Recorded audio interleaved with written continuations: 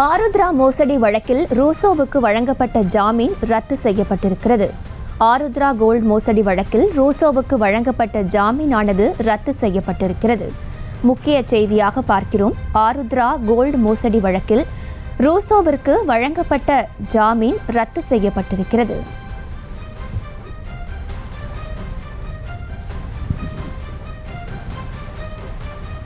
விவரங்களோடு இணைகிறார் செய்தியாளர் மதியழகன். விவரங்கள்.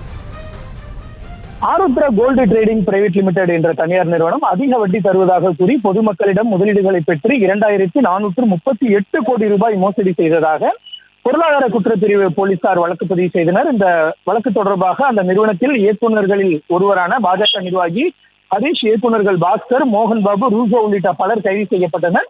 கைது செய்யப்பட்ட ரூசோவுக்கு கடந்த ஆண்டு ஜனவரி மாதம் ஜாமீன் வழங்கி நிதி நிறுவன மோசடி வழக்குகளை விசாரிக்கும் சிறப்பு நீதிமன்றம் உத்தரவிட்டது. இந்நிலையில் ரூசோவுக்கு வழங்கப்பட்ட ஜாமீனை ரத்து செய்ய கோரி பொருளாதார குற்றப்பிரிவு போலீசார் சென்னை உயர்நீதிமன்றத்தில் மனு தாக்கல் செய்திருந்தனர். இந்த மனு நீதிபதி சி வி கார்த்திகேயன் முன்பு இன்று விசாரணை கொண்ட பொழுது அரசு கூடுதல் குற்றவியல் வழக்கறிஞர் ஆர் முனியப்பராஜ் ஆஜராகி அனைவரையும் சரிக்கட்டி விடுவதாக கூறி ரூசோ மோசடி செய்துள்ளதாகவும் அவரை ஜாமீனில் விடுவித்தது தவறு என்றும் வாதிட்டார். அவர் ஜாமீனில் இருப்பதால் சாட்சிகளை கலைத்து விடுவார் என்றும் பாதிக்கப்பட்ட மேலும் பலர் புகார் அளிப்பதை தடுக்க வாய்ப்புள்ளதால் அவருக்கு வழங்கப்பட்ட ஜாமீனை ரத்து செய்ய வேண்டும் என்றும் வாதிட்டார்.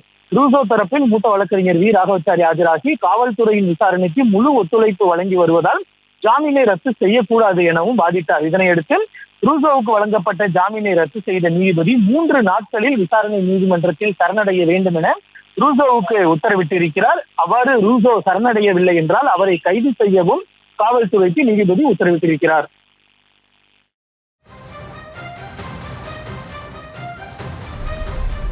விவரங்களுக்கு நன்றி மதியழகன். செய்திகளை உடனுக்குடனும் துல்லியமாகவும் தெரிந்து கொள்ள சப்ஸ்கிரைப் பண்ணுங்க.